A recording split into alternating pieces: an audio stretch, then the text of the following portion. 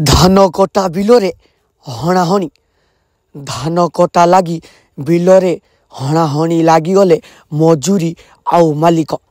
तो एमिति किछि घटना घटी जाइछि खड़गपुर जिल्लार सहनपुर ग्रामर सिमिलिया अंचल। तो आसंतु जानिबा एहार रहस्य संबंध रे केमिति थिला एई घटनार रहस्य ओ एमिति हणाहणी लगी जहाँकि मृत्यु मुखरे पड़ जाइथिले मालिक।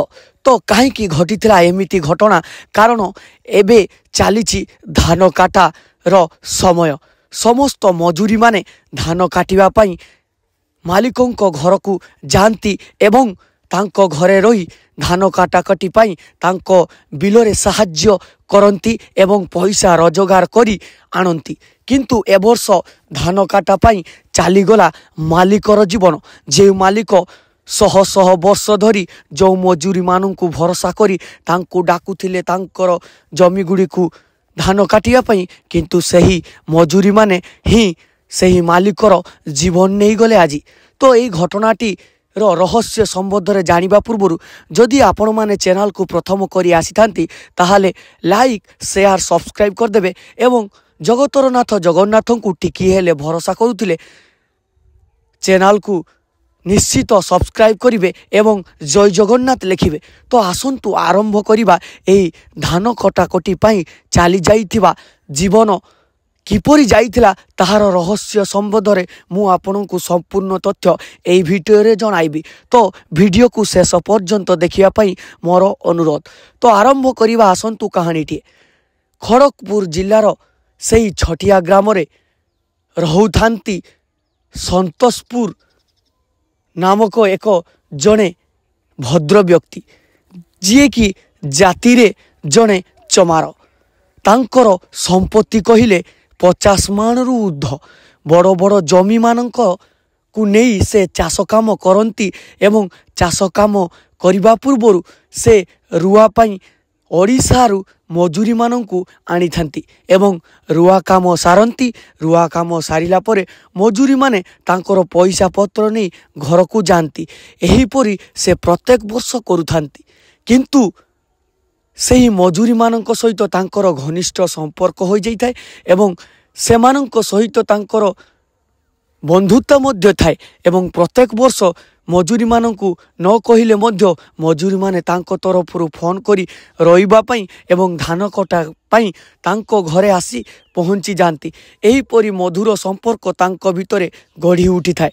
किंतु 2025 मसीहा एही वर्ष एमिति एक अघटना घटीजिवो जहाँकि मजूरी माने सही मालिकर जीवन नहीं जिवे ताहा से केबे सुद्धा भावी नथिले। तांकर 50 मान जमी रही। तो से प्राय 30 रु 40 जन मजूरी करती एवं तांकर धान कटाकटी पाई प्राय 15 रु 20 दिन समय लगे संपूर्ण जमी गुड़ी को काटिबा पाई। तो एहीपरि भाव में मजूरी माने आसंती एवं धान कटारे लगी जाती। ए वर्ष प्रत्येक वर्ष परी मजूरी माने आसिले एवं प्राय 3 रु 4 दिन तांकर बिलरे धान कटाकटी आरंभ हो जाइए एवं प्राय 4-5 मान धान कटाकटी सरी जाइए। किंतु सही मजूरी मानक मध्यरु प्राय 7-8 जन मजूरी से माने मद्यपान करिथांती एवं मद्यपान करी तांको घरे आसी गंडगोल कले। से दिन रातिर से माने मद खाई आसी मालिकों सहित गंडगोल कले एवं पैसा पत्र को लेकिन झगड़ा कले, जहा फल मालिक मध्य अशांति रे सेमानंकु मध्य किछि गाली गुलोज करथिले एवं एही घटना जे ता पर दिन सकाळे एमिति एक मोड़ नहीं जीवो ताहा मालिक मध्य केबे सुद्धा भावी नथिले। से दिन सकाळ पाहिला एवं मजूरी माने तांकर काम करिबा पई बिलकू चली गले। सेथि मध्यरु 7-8 जन मजूरी चली जाई थांती सकाळु सकाळु मद खाइबा पाई। तो आउ जो मजूरी माने सेमानक मध्यरु स्त्री लोक मध्य किछि थांती एवं पुरुष लोक मध्य एवं वृद्ध लोक मध्य एवं मौसा मौसी माने मध्य थांती। तो सेमाने चली जाई थांती बिलकू धान काटिया पाई। तो यहाँ पर से मद्यपान करी आसिले 6-7 जन युवक एवं बुढ़ा बयसर ଲୋକ ସେମାନେ ଆସି ମଧ୍ୟ ଧାନ କାଟାକଟି ପାଇଁ ଲାଗିଗଲେ ଏବଂ ଲାଗିଗଲା ପରେ ପ୍ରାୟ ସକାଳ 7-8ଟା ବେଳେ ମାଲିକ ଆସି ବିଲରେ ପହଞ୍ଚିଗଲେ ଏବଂ ମାଲିକ ମଜୁରୀମାନଙ୍କୁ କାଲିର ରାତିର ଘଟଣା ସମ୍ବନ୍ଧରେ କିଛି ଆଲୋଚନା କରି ପକାଇଲେ।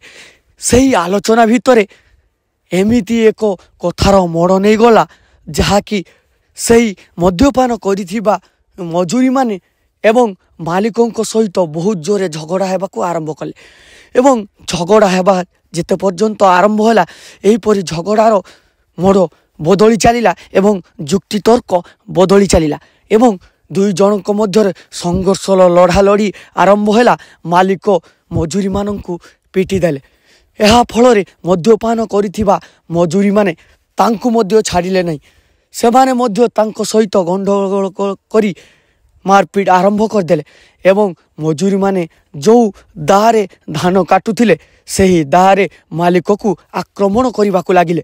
ଆକ୍ରମଣ କରିବା ଫଳରେ ମାଲିକ ମଧ୍ୟ କ୍ଷତ ବିକ୍ଷତ ହୋଇ ନିଜର ପ୍ରାଣ ବଞ୍ଚାଇବାକୁ ଯାଇ ଦୌଡ଼ିବାକୁ ଲାଗିଲେ ଏବଂ ଦୌଡ଼ି ଦୌଡ଼ି ଯାଇ ପାଖରେ ଥିବା ଗୋଟିଏ ପରିବାର ସହରେ ଯାଇକି ଲୁଚିଗଲା ଫଳରେ ଆଜି ସେହି ମାଲିକର ଜୀବନ ବଞ୍ଚିଯାଇଛି। କିନ୍ତୁ ମଦ୍ୟପାନ କରିଥିବା ଯେଉଁ ମଜୁରୀମାନେ ତାଙ୍କୁ ଆକ୍ରମଣ କରିଥିଲେ ସେହି ମାଲିକ ଜଣକ ତାଙ୍କୁ ଗାଁରେ ବିଚାର କରି ଏବଂ ବିଚାରରେ ସବୁ କଥାର ଆଲୋଚନା ହୋଇ ମଜୁରୀମାନଙ୍କୁ ସେ ଘରୁ ତଡ଼ିଦେଲେ। ତ ଏହିପରି ଘଟଣା ଘଟିଯାଇଛି ଖଡ଼ଗପୁର ଜିଲ୍ଲାର ସାଲେପୁର ଅଞ୍ଚଳରେ, ଯେଉଁଠାରେ କି ମଜୁରୀମାନଙ୍କୁ ସେ ଟଙ୍କା ଦେଇ ଆଣନ୍ତି ଏବଂ ଧାନ କାଟା ପାଇଁ ଲଗାନ୍ତି। କିନ୍ତୁ ଏ ବର୍ଷ ଧାନ କଟା ଯେ ସେହି ମାଲିକ ପାଇଁ କାଳ ହୋଇଯିବ ସେ କେବେ ସୁଦ୍ଧା ଚିନ୍ତା କରିନଥିଲେ। ତ ଏହି ଘଟଣାଟା ଆପଣମାନଙ୍କୁ ନୂଆ ଲାଗିଥାଇପାରେ କିନ୍ତୁ ଏହିପରି ଘଟଣା ପ୍ରାୟ ସମାଜରେ ଘଟିବାରେ ଲାଗିଛି। ତ ଏହି ଘଟଣା ପଛରେ ଥିବା ରହସ୍ୟ ଏବଂ ମାଲିକର କିଛି ବଦ ଗୁଣ ପାଇଁ ଆଜି ସେହି ମାଲିକ ଜଣକ ମୃତ୍ୟୁ ମୁଖରୁ ବଞ୍ଚି ପାରିଛନ୍ତି ଏବଂ ମୃତ୍ୟୁ ମୁଖରୁ ବଞ୍ଚି ପାରିବାର କଥା ହେଉଛି ସେହି ମାଲିକକୁ ଯେଉଁମାନେ ଏତେ ଭରସା କରିଥିଲେ ତାଙ୍କ ପଇସା ସେ ମାରି ଖାଇ ଦେଉଥିଲେ। କାରଣ ସେ କଥା କରିଥିବା 300 ଟଙ୍କା ଲେଖାଏ କିନ୍ତୁ ମଜୁରୀମାନଙ୍କୁ ଦିଅନ୍ତି କମ୍ ପଇସା, ଯାହାଫଳରେ ମଜୁରୀମାନେ ମଦ୍ୟପାନ କରି ଆଜି ମାଲିକକୁ ଆକ୍ରମଣ କରିଥିଲେ। ତ ଏହି ଘଟଣାଟି ଆପଣମାନଙ୍କୁ କେମିତି ଲାଗିଛି ନିଶ୍ଚିତ ମତାମତ ଦ୍ୱାରା ଜଣାଇବେ। ଜୟ ଜଗନ୍ନାଥ।